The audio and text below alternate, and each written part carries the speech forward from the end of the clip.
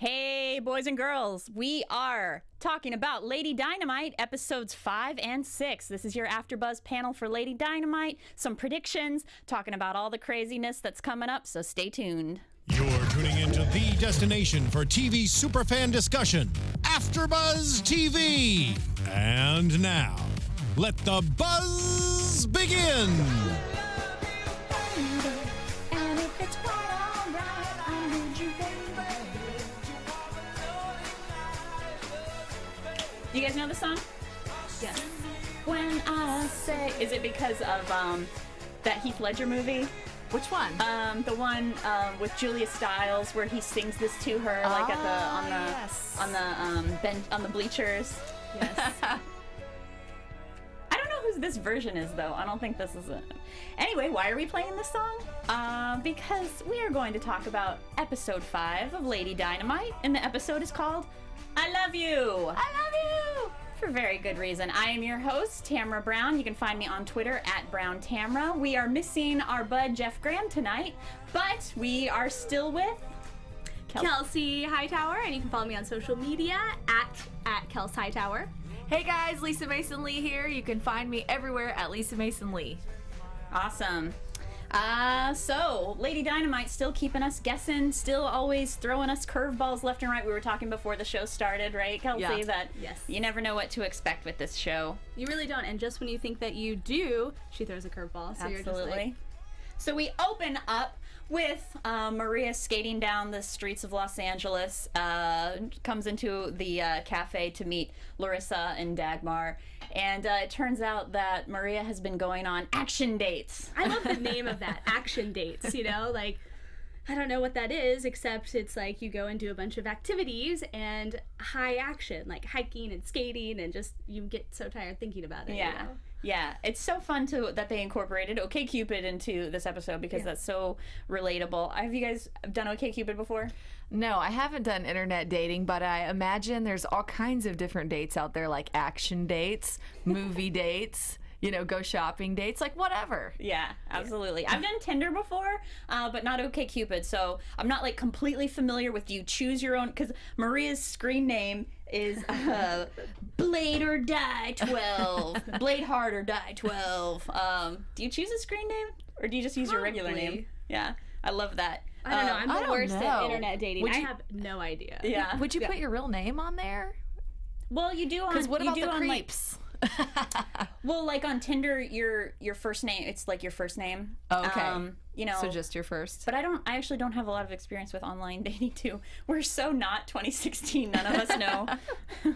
Let's Google. We don't know what anything is. But yeah, and then Dagmar says, I can't believe that there were 11 other people with that handle. I know. So true when you think about it. So it turns out that Maria has been sort of not just exaggerating, but lying about her interests and things like that in order to, I guess, meet somebody, seem really exciting and edgy of what she thinks she should sound like on a dating website. And Which we've kind of run into before, like when she was, I mean, which we all kind of do, is we exaggerate a little bit when we're trying to get out there and date, but she did that at the dinner party too, when she was Diane. Right. I love Diane. And Right. now we just see it at the internet version, like, I'm super fun, I know how to rollerblade. yeah, rollerblades or skates up Runyon Canyon. Yeah. She's not athletic. Come on. Ooh, I can't even make it up Runyon Canyon walking. I live near Runyon That's Canyon. the joke. Yeah, I live near Runyon Canyon, so I go pretty often. But like, oh man, sometimes. One time I was babysitting a friend's kid, and I had to push a stroller up Runyon Canyon. no. That was killer. So like, I could not rollerblade up Runyon Canyon. Maria says, I'm actually becoming a sport authority. So she's been dating Chad, who is played by Adam Paley, and he's like the type of dude that wears a GoPro all the time, and they're on one of their action dates, and he, of course, very early in the relationship says, I love you. And he says, I didn't want to tell you before we've had our kale shakes. But did you guys write down your favorite quotes this episode? Oh yeah, there were tons of them. Yeah, so many. So good. There's always so many. So good. And they are, I love what a love letter to LA this show is, because, you know, she mentions Runyon Canyon in the cafe earlier. She's, when they're having this like date where they both say I love you to each other, they're standing in front of the merry-go-round at Griffith Park. Yeah, I noticed that. Yeah. I just did a race there yesterday. Oh, wow. Yeah, it was like a run to the Hollywood sign. It was only a 5K, Really? which is not that big a deal, but it was like mostly uphill. Yeah, a 5K is still a big deal to me. Like that, I applaud you. That is very It was impressive. killer. Yes. And like I could not. I actually had to walk most of it because the uphill part I could not do. Yeah. I could not. I'm not a sports authority. So yeah. Oh, and what was the part I guess they cut back to her talking to Larissa and Dagmar, but At the record store? yeah. And Dagmar gets mad at Larissa, and like as she's leaving, she goes, "I respect your journey." Why did Dagmar tell her? Dagmar said, "Listen, C-word, can you please go? My therapist says you're a trigger." Yeah. So I guess like she had some turnover in her life where they're just like butting heads. I don't know. Dagmar, well, because they were talking, she was telling Dagmar about how she's going to break up with Chad, right? This is what we're talking about, yeah. And then I think Dagmar was like, it's just because you're scared, like, he told you he loves you, and like, just accept that. We love you and all this stuff. And I think Maria, in defense of like, no, I want to break up with him, she like makes up all these excuses, like, he was killing the puppies that were curing cancer, and I have to break up with him. Who does that, you know, and all of that. So she's just like, get out, like, you can't take it. So now this episode got even more liberal with the C word. Oh, when like he's at the batting cages, and that scene was like uncomfortable, just hearing like bitch, cunt, just All of them. all of the seven deadly words that you're not allowed to say on television. Bet you can on Netflix. I was about to say, they're on Netflix. Yeah. So, what did you guys think of Chad in that batting cages scene? Well, was that her warped perspective of Chad? Is that what it ended up being? I don't know, Lisa, was it? Well, I'm not so sure. I'm asking you guys. I didn't catch that, but you could be absolutely right. Because I thought the whole thing was that she's afraid of love, and she keeps trying to find reasons to block it out and come up with excuses to not be in love. I'm an idiot. That makes more sense. I think you're right, because what do you think, Kelsey? That was when it was all the sepia color, right? It kind of did that greenish color. I think so, yeah. Yeah, and then it was talking about the dogs and curing cancer as like the scientist and everything, and then the batting cages and like all these reasons. So I think I'm kind of on board with you. Is like, I think that was her perspective as far as like justifying her reasons for breaking up with him, maybe, because it's like there was no other reason. He seemed like a good guy, like he loves her, and she's like, no, like, let's come up with some reasons. You're a monster, like, I can't be with you. So I agree with you, like, work perspective or amplifying that, I think. You're right. I think you're absolutely right. Sometimes I'm slow to catch on to the meaning behind things, but you're right. The point of this was that she projects a certain thing onto somebody so that she has an excuse to break up with them. And then when she is talking to Dagmar and Larissa in the record store, she keeps repeating, and the veil was lifted and the monster was revealed. Yeah. And I thought something was weird about this line because of the fact that she kept, I mean, it is a funny line, but she kept repeating it 3 times. So I was like, oh, this line means something for some reason. Did you guys think that? Yeah. Agreed. Did you analyze it? Did you Google it? I didn't. Oh, no. But it comes back at the end. No, because at the end. Yeah. It was like it was repeated so many times. Yeah, so I guess they were just trying to plant in our heads, like, remember this. Yeah, Yes. one of those lessons. It's going to be an Easter egg brought out later on. Thanks, Maria. So, when in the scene where she's with Karen Grisham, the realtor. The second Karen Grisham. The second Karen Grisham. Love her. In a series of Karen Grishams, we will soon learn. So when Karen is showing, so Maria wants to unload the house that she just purchased. Right, because Susan doesn't like it, apparently, right? Right. Didn't Susan was jealous of the fact that she bought this house, right? It's like Susan wanted her to buy it, and then she's like, now that she got it, she's like, I don't want you to have this house. And why do you have to throw your success in my face and stuff like that? So she's unloading the house. Was this scene present, right? Was it? Yeah. I believe so. Yeah, Wait, because Maria's there wasn't any she update. went to the past. Okay. For Maria's house. Really? Yes. Yeah, Oh. it was because that's when. So they're using the. No, okay, it's confusing. This is what I wanted to clear up, because I think when Karen Grisham is like baking the cookies and saying, no, those are not social cookies, those are business cookies, Right. pleasure cookies. This scene with Karen Grisham was so creepy. By the way, but then it cuts back to past because when she meets Graham. Right. So I guess that's why for a minute I got kind of confused whether it was past or present. So Because I think I remember it being past, and we don't go. Because that was kind of the past, like the lesson, I feel like, or the little nugget that there's no boundaries with men, but just like what you were saying, yeah. But so Karen Grisham tells her checklist commercial. The ad is popping up in the middle of her porn, so I had to work you in. I work you in. I laughed at that. That was I laughed pretty out loud. funny. Yeah, I did too. But then it gets when she's like, She's so violent she's and so strange. violent to her and like almost assaulting her in the kitchen. Like that scene got so uncomfortable. Yeah, I think that's a perfect word, because like I even felt uncomfortable watching it. I was just like, oh, back away from Maria, let her go, the little lamb. Yeah, you keep calling her the little lamb because you're right. That first episode, it's just like, remember when she cut with that graphic of her being a lamb. It's in my mind forever. You're right. No, that's It's a just good. there. That's a good way to describe her, and I think she would agree with that. So then we see that Maria says that she has.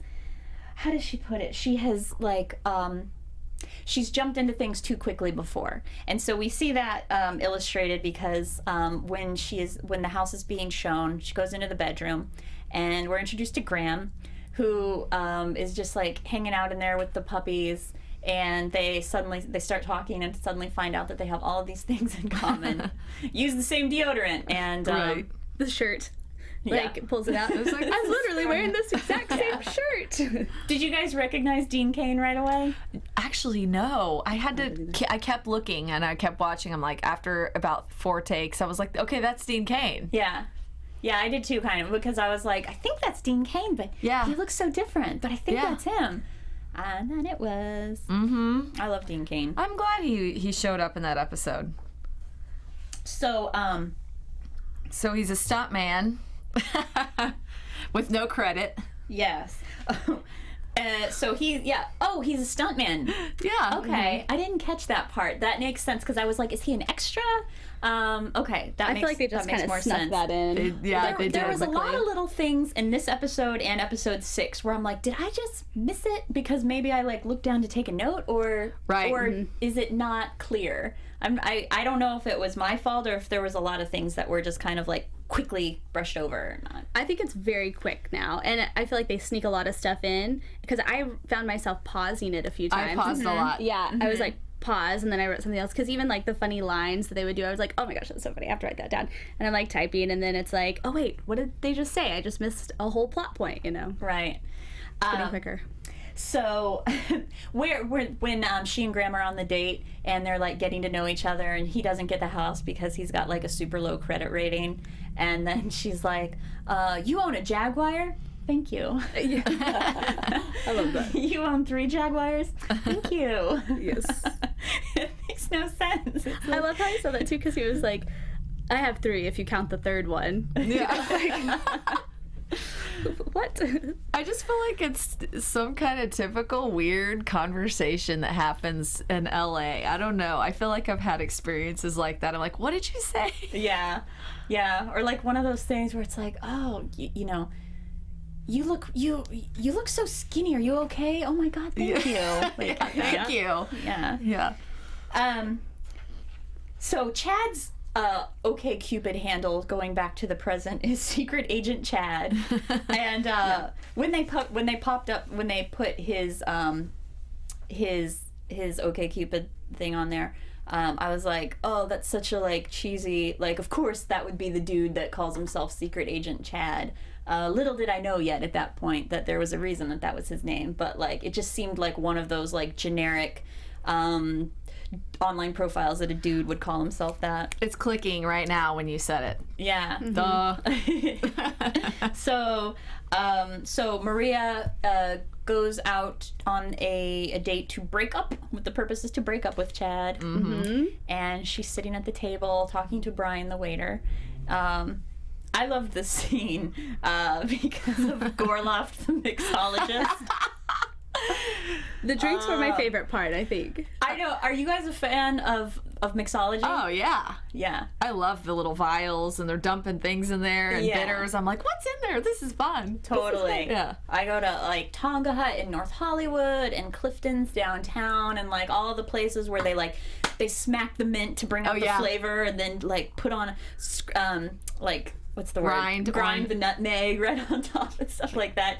And then it cost $14. But so worth it. So Gorloff, our mixologist, and as they show him, he's like in this old timey like carnival man hat, and they're playing like carnival music. So yes, the drinks. The drinks. I wrote them down because I was like so impressed. She had the Devil's Sugar Bowl, Grandma's Candy Store, and my favorite, glass of sugar. I love that one. That topped it off. What's perfectly. in this? It's just a glass of sugar. Gorloff left. It's late. So perfect. So she, the purpose of what she was there for was to tell Chad that they were going too soon and it was ending, and she wanted to break up with him, but of course he didn't show up. Tisk tisk. What were you guys thinking at this point? Typical. No. Yeah. I thought he was gonna come, but he didn't. Same. And I thought it was kind of typical where she went there with, like you said, the intention of breaking up with him. He didn't show up, stood her up, and she was like, I'm gonna go find him. Like, I am mad about that. Yeah. I'm going to find him. I'm like, just like Brian the waiter was saying, it's like, well, you were gonna break up with him anyways. Yeah. Why does it matter? Let it go. Yeah. And like, as women, we're just like, I need to get to the bottom of this. We're detectives. Yes. Why didn't he show we need up? closure. It has to be over. We need to close the book. Yeah. I need to break up with him. Yep. So we find out that Chad didn't show up. Why? Because he died. And we find that out. Well, the family, she gets back home and the family is there grieving. They find out that he died from because of they watch his GoPro. And that's how they knew who Maria was, because they saw that scene on his GoPro. So poor Chad died. Did they say what the accident was? What were they saying about? Do you want to explain it? No, you go ahead, because I didn't. It was something about a linebacker, or was that the joke? I think that was the joke. Okay. Because the son was like, just like that linebacker was a good guy, Dad, or something like that. I didn't quite catch it either, so that's why I was hoping you. But it was like he died in an explosion or something epic, and I heard there was like an explosion or something. I think they said it at the funeral, but I didn't really catch it. Like something blew up and then he kept walking. Yeah. Like a true active guy. So then we cut back to Duluth, and this is also what gets confusing to me, because in just this very short 30-minute episode, we go through so many aspects that aren't really clearly interconnected. So when we go back to Duluth, like the reason that we're thinking about this, it could stand alone on its own. Like, it doesn't necessarily have to be tied to Chad, I don't think. So like that's why sometimes I forget like which episode what happened in which episode. So they're back in Duluth, and we meet Paul, Susan's husband, and Susan doesn't like it when I'm creative. Like, he's just this poor browbeaten husband. Now, normally, I really despise the trope in television of the banshee wife who rules the roost and doesn't like to have any fun and doesn't let her husband have any fun. And coincidentally, I feel like Judd Apatow has that a lot in his movies, is like the wife that like is always like, why are you going out with your friends and spending time with me? Even though in episode 6, we label Paul Rudd as champion for women. But, I would disagree. But anyway, I normally hate the television trope of like the poor browbeaten husband, but in this instance, it's done so skillfully, and like with Mo Collins as Susan and Paul being so funny. Like, it's just done really well. So It is, and there was a lot of truth in that too when they set up the Skype date, when Paul and Maria were setting up a Skype date, and he was like, okay, we can do it tonight because she's going to be taking an hour and 45-minute bath, 2 hours if there's wine, and you're just like, well, that's true, Right. it's a possibility. So yeah, Poor Paul. poor Paul, you just really side with him, I think. And Yeah. you just see Maria's like, you need art, and I wonder if that's also part of, you know, what helped her get through a lot of the mental things that she was going through. depression and just anxiety and everything like that. Yeah. A lot of times they say that art and creative projects do help. That's why, like, the adult coloring books are really popular right now. I know, they're great. Well, and it's funny because Susan, she was like, when Maria was saying, you know, he needs to draw, and I really think he's depressed. Like, I'm depressed. I think he's depressed. I can tell. She's like, everybody's depressed. It's called adulthood. You know? And Yeah. you're just like, coloring books. Let's give everybody some coloring books. Yeah. I love that was Susan's comeback. Her comebacks are so good. Yeah.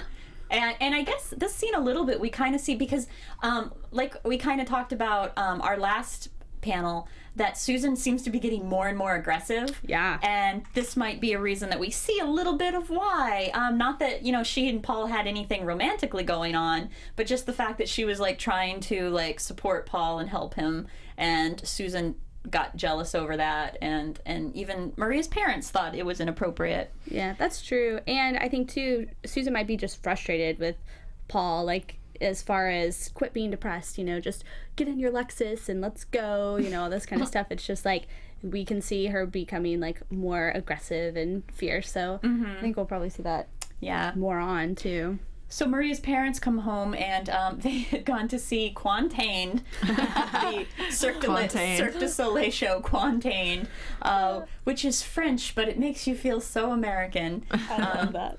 And then they have so many sexual innuendos because the Cirque show was about putting things inside other things. Yeah. And then her parents get really uncomfortably saucy in the kitchen. Have we seen that before with her parents yet? No, I don't feel like that they've had that connection yet. I don't think so yet, but in episodes 5 and 6, we start to see this, like, inappropriate sexualness to her parents, and it's very funny and very uncomfortable. But It is. It's kind of funny, too. Like, do you think about that, like, with your own parents? It's just like you're watching your own parents because they're such a Midwestern family, and you're just like, oh, mom, dad, gross. You know? I think anytime parents get any way give you an indication that they're real people, it gets you freaks you out. They're real people. So and then her mom even says, like, we don't express our feelings. You keep them bottled up. It's the Midwestern way. Yes. Yeah, nailed it. Do you guys feel that way as Midwesterners? Of course. I laughed a lot at that part. I was just like, touche. Yeah. I could kind of see that, you know, like, yeah, don't talk about that, or, you know, whatever. It's like you can kind of get that impression for Do sure. these Duluth flashbacks usually is bottling your feelings up kind of a theme of them? I guess not really, because like when the band played and Maria kind of had a breakdown on stage, I guess, I don't know. No, I know what you're saying. I feel that way, and it's like trying to figure out how to get them out, how to exorcise the demons, per se. Yeah. You know? And with her mom being so religious and Maria talking about that a lot, it's just kind of like, maybe she's not encouraged to really, like, talk about it. It's just kind of like, just be fixed, you know, sort of situation. Yeah. And so then Paul, when she can't see Paul anymore, she finds, like, the little note, and it says, Maria, I'm grounded. It was worth it. Yeah. That was sweet. Aw, it was so sweet. Yeah. So then we go back to the present, and it's Chad's funeral. And, okay, so now that you say that part about how the batting cages that was her imagination, like her projecting that on Paul. Because when they're giving, one of his friends is giving the eulogy, and he's talking about all of Paul's charities, and he donated to, Pug Life and all of these things, and I was like, Pug Life. I was like, was that were they lying about his charities? And now it makes sense. Like, okay, because I wrote down, like, were they lying about all of the good things that he did? And I realized now, no, he really was a great person. Now that I understand that it was because that batting cage scene didn't really happen. Okay, got it. Thank you. So then Maria gives a very heartfelt eulogy, and we kind of understand what the line about the veil was lifted. And what does she say? Like, She said, I was putting up too many boundaries and I was keeping love out. yeah. And she says the veil has been lifted, Yeah. and where the monster was is where I am. So I think she's kind of like saying like she's now the monster instead of like the projection of like the monster. She's like becoming that, I guess. Yeah. And then as she walks off stage, and this other woman they introduce as like Chad's her wife. I didn't see that coming at all. Yeah. So good. No, there's one of our curveballs of this episode. And then yes. it gets even better. Yes.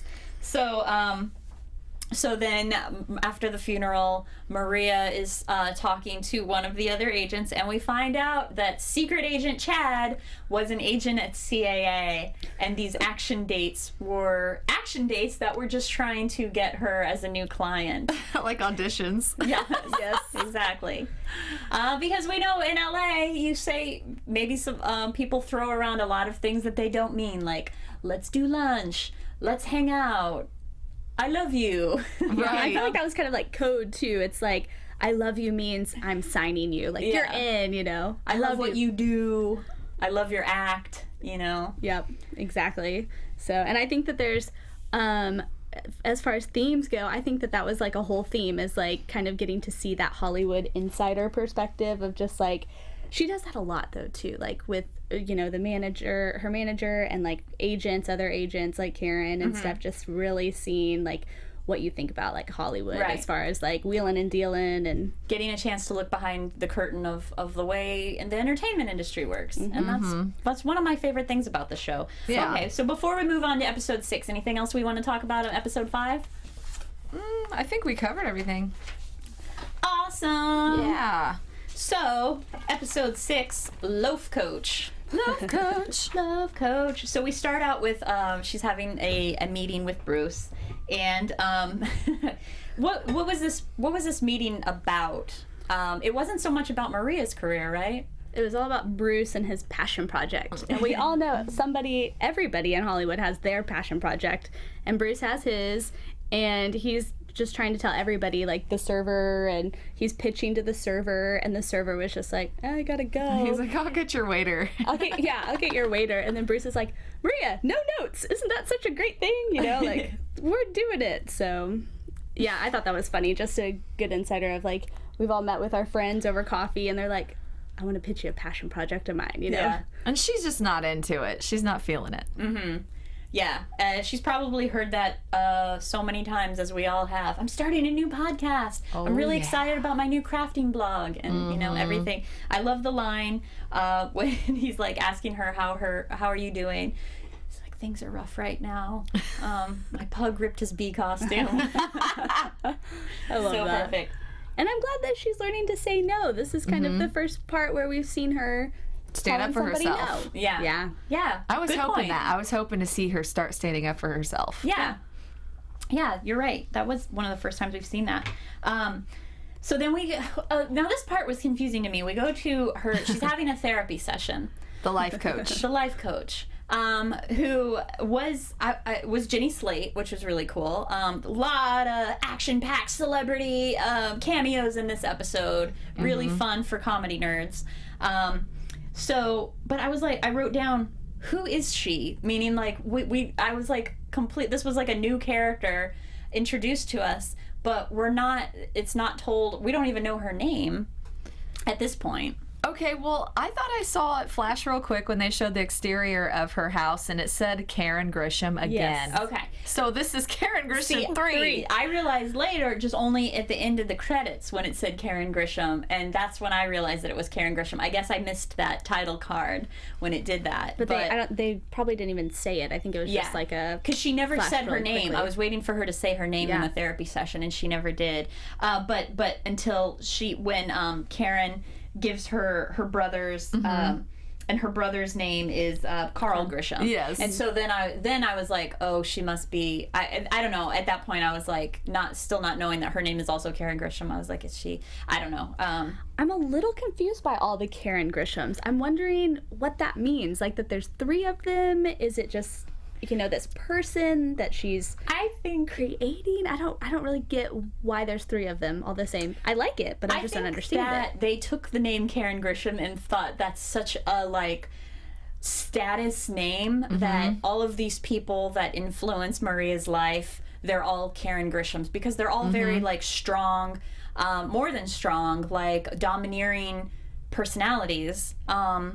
Very true. But we may find out down the road that there's a reason that they're all Karen Grishams. But that's a very good point, that they're all very powerful influences in her life. I definitely see that now that you said that. Yeah. So so then we go to so she introduces she gives Maria the information for Carl Grisham, her twin brother. So weird still. So weird. Who lives right next door. She walks outside and goes and looks up at the address and is like, "Oh, here it is." And the brother answers the door, and Jason Mantzoukas, by the way, and he goes, he says, "Oh, my sister sent you, huh? What was she wearing?" That's what I was like. Ooh. So Game of Thrones, like so creepy twin. Yep. Yeah. So what did you guys think of Carl Grisham when he was first introduced? I liked the part when she said, "Are you a life coach? What are you?" And he's like the opposite. And she was like, "A death coach?" And he was like, "The death of productivity." And I was like, I like this guy. Yeah, and then it's revealed that there's beanbags there with this rope alongside. It's just like mind-blowing. Yeah. And at first I'm just like, yes, I want to do that. Yeah. That's what I want my life to be. Yeah. You want to enjoy a stick of butter? Well, there's like these ridiculous therapy sessions you can get out here, like from one array to another, and I feel like that's an example of just an over-the-top thing you can pay for if you have the money. Yeah. No, you're right. And like, I kind of was on board with Carl in that he was like, ever since the Industrial Revolution, everything just got too fast. Because I've always been a person that's just like, everybody talks about being busy like it's a badge of honor. Yeah. Like, if you're not busy, you're kind of a loser today in 2016. But it's been like that for a long time. Like, when somebody asks you how you are, it's almost like you're expected to be like, oh, crazy busy, like you wouldn't believe it, you know? Like, that's always kind of bothered me. I always purposely will be like, oh, you know, things are good, not too much, this and that, you know? Like, I've always been annoyed at like the need to sound overexerted. Like how many projects you have going on at the same time. Yes, like you have to pull out your list. I completely agree. It's like, oh, I'm doing this and I'm starting this project and I've been here and I've done this and I'm planning this, and you're just like, ugh, too much, you know? I'm on your page. So, absolutely. So, to illustrate his point about the world moves too fast right now, we get this Ben Franklin cartoon animation to literally illustrate his point.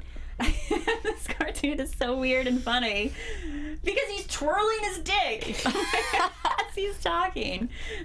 It's like a sign of just overconfident conceit. I'm standing here giving you my opinion, twirling my dick. Yep. Genius. Yeah. So good. So good. So let's see. Enjoy a stick of butter. The butter was great. I just really like how they were on beanbags that roll, and then they have rope that lines the whole house, and you just pull yourself along as you go. I was like, I need to put that in my house. That's great. So then we cut back to, I guess we're going to past, and Maria wakes up and she follows this trail of petals. Very sweet. And Graham is in the kitchen lifting weights.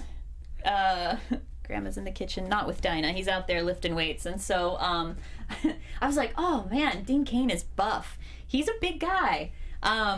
So he's lifting weights, and he tells Maria that his kids are coming to visit. Yeah. The kids. And so this is the part where I think for the first time in the series, so he tells Maria that his kids are coming to visit, and her anxiety takes over, and her anxiety manifests itself in trying to overexert herself and be like, I'll take on any task. And so she's like, I love kids, I will take them, I'm gonna spend all the time with your kids.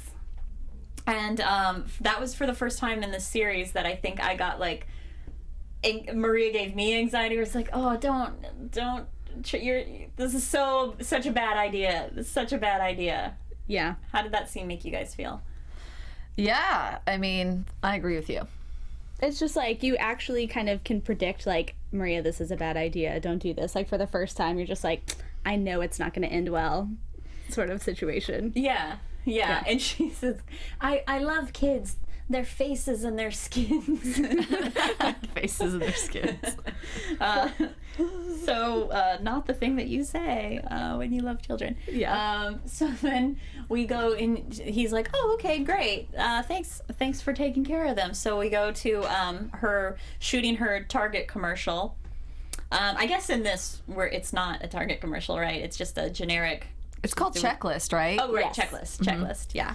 And I was happy to see Betsy Sodaro, who's a super funny comedian I know from UCB, and she played, like, I guess, craft services. She was the one that Maria's talking to, and she's like, her hands on. she's like, can I wipe off my hands on your hair? That was awesome. And so the kids show up, and they're little, and Maria is just taking them everywhere. She takes them to the Grove, and she takes them to they're going they go to the Grove. They're going to Build-A-Bear, and a homeless man exposes himself to them. Also, again, love letter to LA. Yeah, we've all been there all the time. If I had a nickel. Can we rewind real quick to Please. that scene, right, when she's doing the commercial and then she tosses the pin and it goes in a person's eyeball? Yeah. And then Karen strolls in, her agent, and she's just like pushes her away. oh, like it wasn't even a big deal. It's like she just pulls her out of the scene. It's like one crazy thing to another. It's like no time to even like sympathize with anything. It's like boom, boom, boom. Mm-hmm. Oh, you know what I did? So when Karen Grisham, the agent, shows up and starts starting to take control of the situation, I was like, oh, okay, because I guess when Karen Grisham, the therapist, was there, and I realized that her name was Grisham too because she gave her brother's card, I thought for a second, like, did they recast Karen Grisham? Is that what they're doing? Like, this is her agent, even though they're in like a therapy session, but this is the new Karen Grisham or something? That was one of the thoughts. Mm-hmm. But then when Anna Gasteyer came back as Karen Grisham, I was like, okay, no, that was just another one. Still confused in my head about what the first Jenny Slate Grisham therapy woman was. So then we find out that the kids aren't little. His kids are like 14, 16, very going well to college. behaved. 18. Very well behaved. They thank Maria, like, we haven't been to Build-A-Bear in years. Yeah. So, so again, I guess this time I got that the little kids were just in her mind. That was her projection on them. That was her seeing them as she saw them. I got that this episode, whereas the last episode I did not understand that Chad at the batting cages was her projection. So yeah, that was a cool thing. She saw the kids as little when they weren't. I know. That was pretty funny because they were like doing roller coasters and all these like kid things, and they're just like, oh, they're adults, like, that's funny. And she gets out of what is she, the fake New York City trip? What is she trying to get out of? She's trying get away from Graham. Because was it just spending more time with the kids? Yeah, I think it's just being overwhelmed, and she is just like mothering everybody, and like what you were talking about, just exerting herself, stretching herself yes. too thin. Yes, and so she just kind of got to that point where she was like, I need to get away. Yeah, and so she's just like making up excuses. I feel like we do that with a fake phone call and said it was her agent. Right. And she had a gig in New York, and she's like, gotta go. He's like, aren't you even gonna pack? She's like, it's New York. New York. Get me away now. Yeah. But never goes. Never goes. Stays in a motel Down the street. and the interior. I was like, ooh, the exterior looks familiar. I'm pretty sure that motel is on Sunset, but I want to see the inside of the rooms to see if they really do have that like Hollywood sign wallpaper. That would be super cool if it did. I love motels. I love like the kitschier, chintzier, the better. Me too. I think they're so neat. Yeah. Yeah. So, so Graham calls, and okay, now that you say that he's a stuntman, this makes sense. And he's like, "Sorry, I'm on the set of Dinosaur Priest." So good. Would that exist? I guess It's like Sharknado or, it's octopus Sharknado. versus whale wolf or whatever. Yeah. So good. So that made me laugh out loud. Yeah. And so he and this is again when I got like frustrated with Ms. Maria again for the first time in this series, when he's trying to say, let's slow things down, this has gotten crazy, like let's take a step back. Exactly the things that she wants to hear because she's on board too. But instead, whatever, like her mental her mental issues are making her like charge the situation full force. So she says, let's get married. How did that make you guys feel?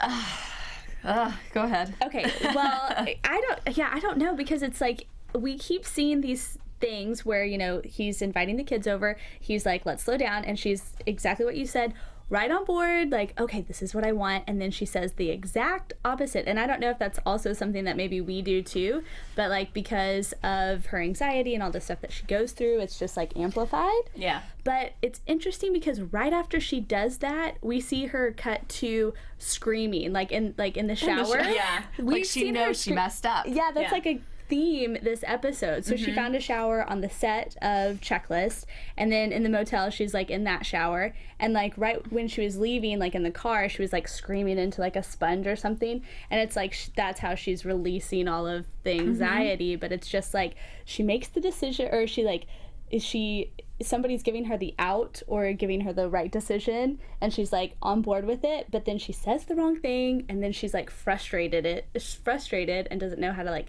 handle it, I guess, so I think I can sort of relate. I mean, obviously her version is very extreme, but when you like, I don't need his ass anymore, and then he's like, well, I don't need you, but like, wait, come back, don't go, don't leave me. It's kind of like that, I think. that's true. And then you get him back, and then you're crying in the shower. Like, why? Sponge.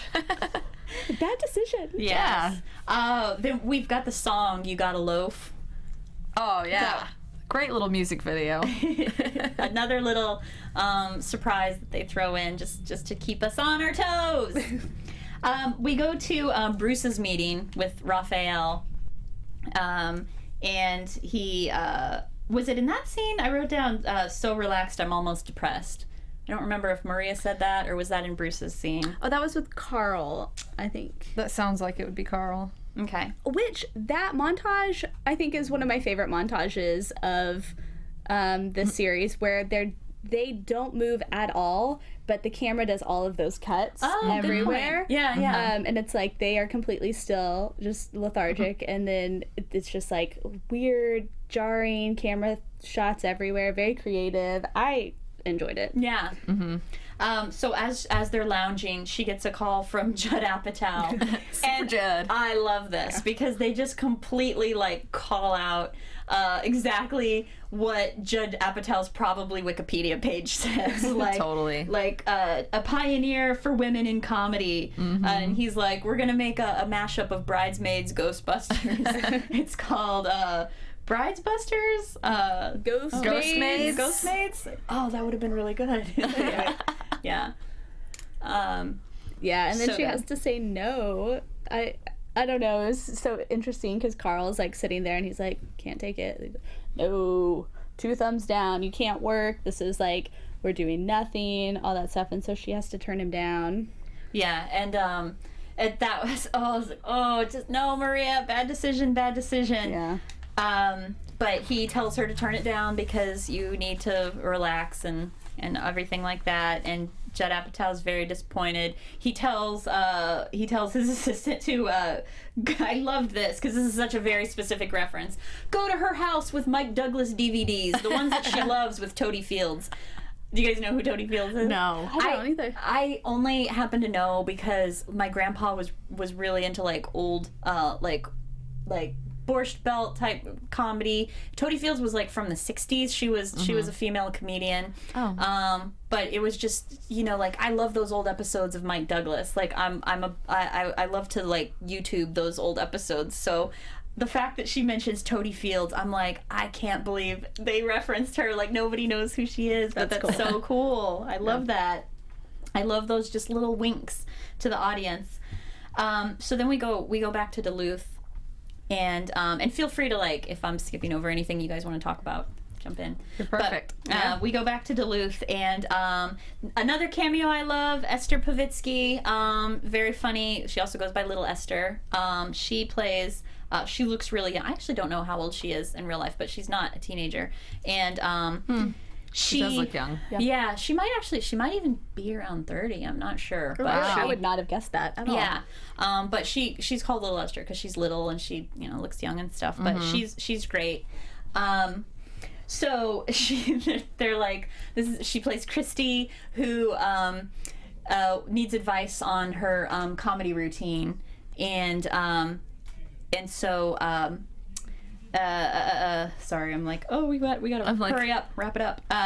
So Kristie needs advice from Maria, and it's one of those comments where they kind of talk about like people not getting Maria's comedy. We talked a lot about that, and I think it was episode 4 where it was like there's always like the funny person who doesn't think Maria's funny, Right. and that's who Kristie is in this scene. It was so good.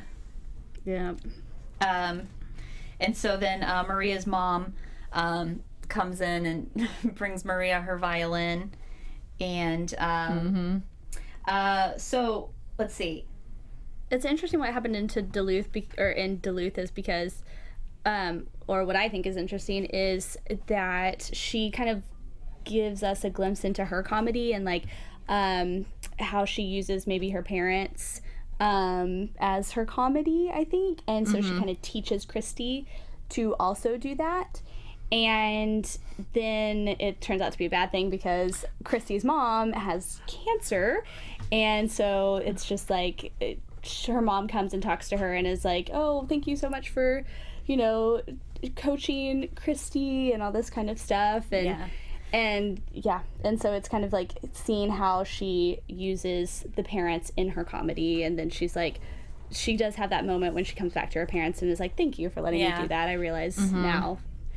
Let's skip ahead because we have to wrap up. Sure. But let's jump to the end of the episode. So Sarah Silverman. Sarah Silverman gets the part because Maria dragged her feet, and Sarah Silverman is basically like, you can have the part back. You have to go on this scavenger hunt, and then that was really enjoyable because the things were like buy crack, draw blood from the Lucas brothers, stuff like that. And then it turns out that Sarah was just kidding. She was like, I'm high all the time. What else do I do besides make scavenger hunts? And so and we got to see Tig as well. And Tig Notaro. I loved her. That was really great. She's great. She calls out like, I'm here for no reason other than just a cameo. So fun. So Maria gets the role back, which is awesome, and she kisses Sarah Silverman's. Now you said earlier that you had to pause it at a couple places. Yeah. So she kisses Sarah Silverman's hand. The ring. I had to pause that to read several times what it said. Oh yes. I didn't write it down. forgot about It that. I said didn't write it comedy's down. bad girl. Yeah. But at first I thought it said like bondage bad girl. I couldn't tell what it said. So then at the very last scene we see Maria missed the table read. I know. And that Because, feeling is the worst. Like if that ever happened to you guys. Had so many nightmares where I've screwed myself over like that For a big opportunity. For a big opportunity. I've been there. Oh my god, that last scene was just like gut wrenching. Yes. But it's all resolved because the dog, her pug, reminds her that you're okay. Yeah. And you finally got rest. Yeah. He says she knows what she's doing. She finally got rest, and she knows what she's doing. Yeah. And so... and she stopped mothering other people, and she's now learned how to mother herself and to learn how to be fully rested. Yeah. So it Very sweet. seemed that this episode actually ended in a good place. She's like, it ended on a positive note. Yeah. And the credits roll as Bruce voices His USS Indianapolis claymation movie. His passion project. his passion project. Yeah. A mouthful of semen. Great It's the song. So good. So, all right. That is episode 6 of Lady Dynamite. We're still loving it. Let's see. Do we, you guys have anything else to say before we sign off? Any quotes or anything? Oh, from the last episode, my favorite quote was, "I would love to have a fun cocktail, but I'm up to my earballs in psych meds." Yeah, that was such a good one. I don't know, it's funny. That's Yep. funny. That's me. All right. Well, thank you so much for tuning in. Thank you for please like and comment and share our panel if you should be so inclined. I am Tamra Brown. You can find me on Twitter at BrownTamra. You can find me on Instagram at Tamra_Blue. And I'm Kelsey Hightower, and you can find me on Twitter, Instagram, Snapchat at Kelsey Hightower. I'm Lisa Mason Lee, and you can find me everywhere at Lisa Mason Lee. Thank you so much for watching. See you next time.